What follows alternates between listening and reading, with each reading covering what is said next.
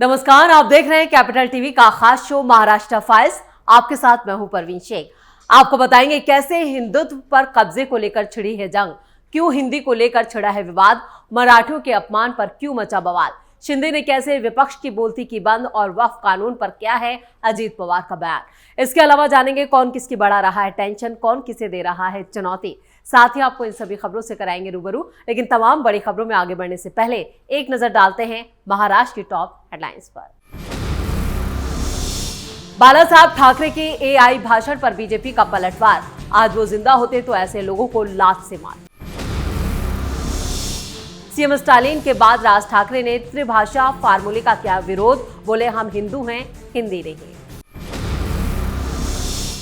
मुंबई खान पान को लेकर मराठी और गुजराती में बड़ा विवाद, घाटकोपर पर जमकर हुआ हंगामा। बीएमसी इलेक्शन से पहले महायुति में दरार की खबरों के बीच बीजेपी को संजीवनी, एकनाथ शिंदे के बयान से अफवाहों पर लगेगा विराम। वक्फ कानून पर सुप्रीम कोर्ट के आदेश पर अजीत पवार का बड़ा बयान, बोले ये किसी की हार और जीत की बात नहीं। और खबरों में सबसे पहले बात मुसीबत में फंसे उद्धव ठाकरे की। शिवसेना यूबीटी ने नासिक में एक रैली की, जिसमें आर्टिफिशियल इंटेलिजेंस की मदद से शिवसेना संस्थापक बाला साहब ठाकरे की आवाज से एक भाषण तैयार किया गया, जो विवादों में आ चुका है। करीब 13 मिनट के इस मराठी भाषण की शुरुआत बाला साहब ठाकरे की पहचान बन चुके अंदाज में हुई।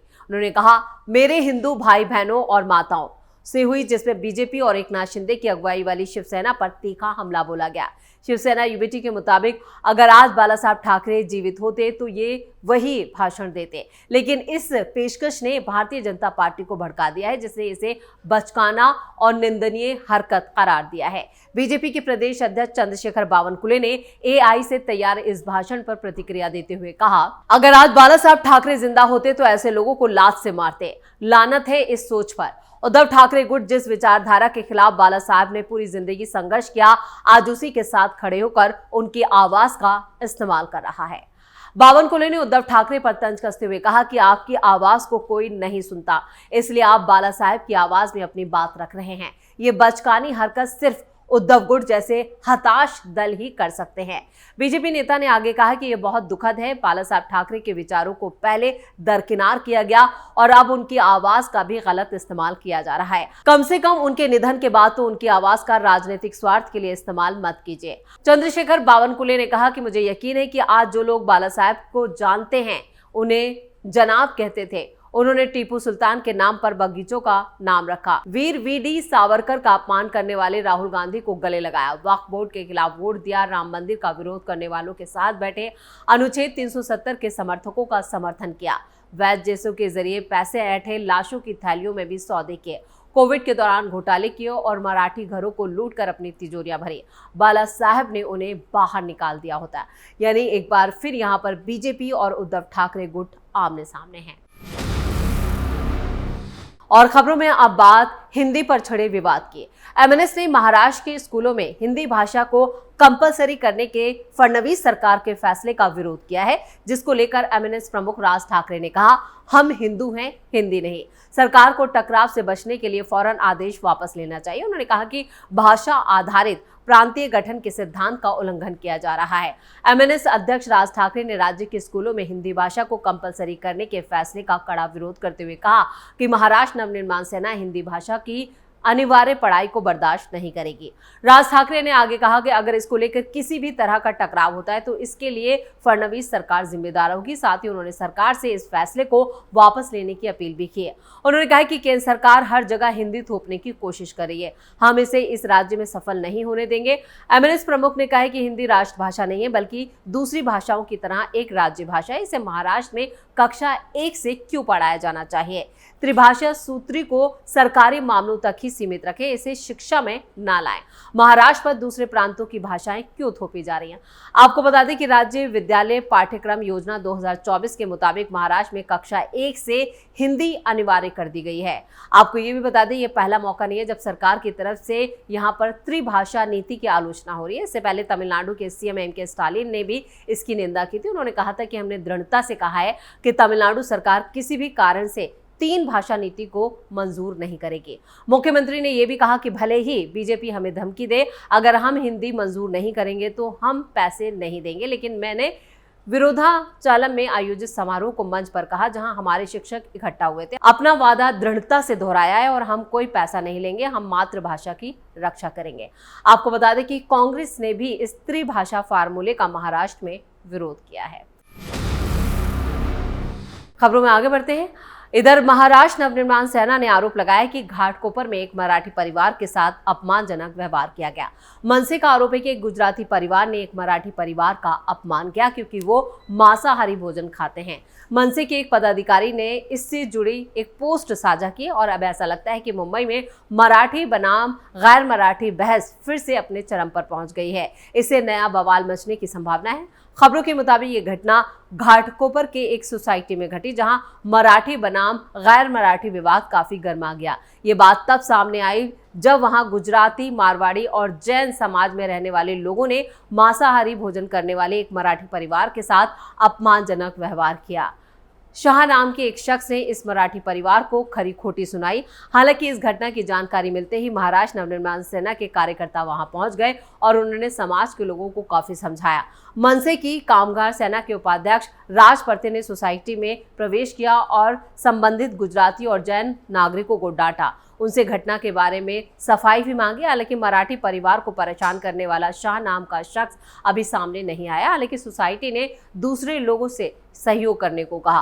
वो ये कहते नजर आए कि हम मराठी और गैर मराठी में कोई भेदभाव नहीं करते, हम मांसाहारी भोजन खाने पर भी कोई बैन नहीं लगाते। कुछ दिनों पहले राष्ट्रीय स्वयंसेवक संघ के नेता भैयाजी जोशी ने यह कहकर बड़ा विवाद खड़ा कर दिया था कि मुंबई आने वालों को मराठी सीखने की कोई जरूरत नहीं है, यहाँ अलग अलग भाषाएं बोली जाती हैं। मुंबई के घाटकोपर इलाके की भाषा गुजराती है।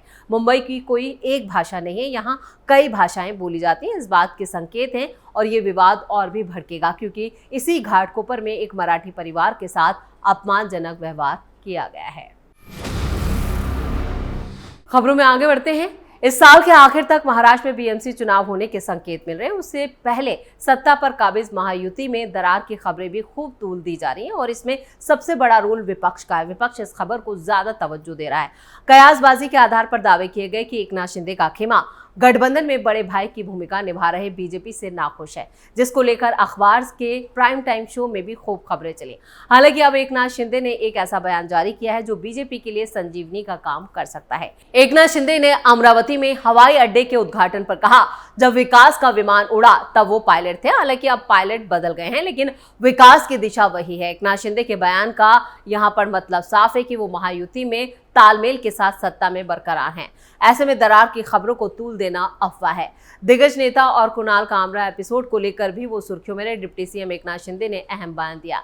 यह बयान इसलिए भी खास है क्योंकि कई दिनों से महायुति में दरार की खबरें खूब चल रही थी। एकनाथ शिंदे ने अमरावती में कहा कि जब विकास और कल्याणकारी योजनाएं शुरू हुई थी तो मैं विमान का पायलट था। देवेंद्र फडणवीस, अजीत पवार सह पायलट थे, लेकिन अब फडणवीस पायलट है और हम दोनों सह पायलट हैं। पायलट तो बदल गया है लेकिन विकास का विमान वही है और हम उसी गति से आगे बढ़ रहे हैं। एकनाथ शिंदे के बयान से साफ है कि वो देवेंद्र फडणवीस और अजीत पवार के साथ सामंजस्य बिठाकर सरकार का हिस्सा है। उनका ये कहना है कि विकास का विमान उसी गति से आगे बढ़ रहा है, जो दर्शाता है कि महायुति में दरार की खबरें सिर्फ अफवाह थीं। इस सवाल का फिलहाल यहाँ पर जवाब यही है और जो समीकरण के लिहाज से भी काफी अहम है। महायुति में दरार की खबरें निराधार है और एकनाथ शिंदे ने सीएम देवेंद्र फडणवीस और अजीत पवार की मौजूदगी में इस बात पर जोर दिया है। ऐसे में ये भी साफ हो गया है कि बात चाहे बीएमसी चुनाव की हो या दूसरे सांगठनिक फेरबदल की, महायुति सरकार आपसी तालमेल के साथ सत्ता चला रही है। हालांकि राजनीति में कुछ भी स्थायी या अस्थायी नहीं है। ऐसे में कब क्या हो जाए इसके बारे में पुख्ता रूप से कुछ नहीं कहा जा सकता, लेकिन जो अनबन की खबरें थी उसे एकनाथ शिंदे ने पूरी तरह से खारिज कर दिया है। और खबरों के आखिर में बात अजीत पवार के बयान की। संसद से पारित वक्फ कानून को लेकर सभी की नजरें सुप्रीम कोर्ट पर टिकी रही। 17 अप्रैल को लगातार दूसरे दिन इस पर सुनवाई हुई। इस पर महाराष्ट्र के डिप्टी सीएम अजीत पवार की प्रतिक्रिया सामने आई है। कोर्ट ने सरकार को 7 दिनों में जवाब देने के लिए 7 दिनों का वक्त दिया। इस पर अजीत पवार ने अपनी सोशल मीडिया पोस्ट में कहा कि यह आदेश किसी एक पक्ष की जीत या दूसरे पक्ष की हार नहीं है, बल्कि यह भारतीय संविधान की मर्यादाओं और प्रावधानों के पालन की दिशा में एक महत्वपूर्ण कदम है। अजीत पवार ने कहा कि सर्वोच्च न्यायालय ने जो 7 दिन का स्थगन दिया है वो केंद्र सरकार और वक्फ बोर्ड दोनों पक्षों को न्यायालय में अपना पक्ष मजबूती से रखने का मौका देता है। ये स्थगन जो लगाया गया है, अंतरिम स्थगन, उसे न्यायिक प्रक्रिया का हिस्सा है, ना कि किसी के पक्ष के समर्थन या विरोध का प्रतीक है। सीएम ने आगे कहा कि संविधान में जो भी प्रावधान है उनका पालन हो, यही सुप्रीम कोर्ट की मंशा है। जब तक कोर्ट दोनों पक्षों की दलीलें नहीं सुन लेता और आखिरी फैसला नहीं देता, तब तक इस विषय पर कोई भी टिप्पणी करना ठीक नहीं होगा। सुनवाई में केंद्र सरकार ने सुप्रीम कोर्ट को यह भरोसा दिया है कि अगली सुनवाई तक वक्फ बाय डीड और वक्फ बाय यूजर को गैर अधिसूचित नहीं किया जाएगा। कोर्ट ने आदेश दिया है कि किसी भी वक्फ की प्रॉपर्टी जिसका रजिस्ट्रेशन 1995 के तहत हुआ है, उन्हें नहीं छोड़ा जा सकता। इसके साथ ही कोर्ट ने यह भी कहा, अगली सुनवाई तक केंद्रीय वक्फ काउंसिल बोर्ड में कोई नियुक्ति नहीं होनी चाहिए। इसी के साथ महाराष्ट्र फाइल्स में खबरों का सिलसिला यही खत्म करते हैं। बाकी खबरों के लिए आप जुड़े रहिए कैपिटल टीवी के साथ। वीडियो को लाइक करें, शेयर करें और कैपिटल टीवी को सब्सक्राइब जरूर करें। नमस्कार।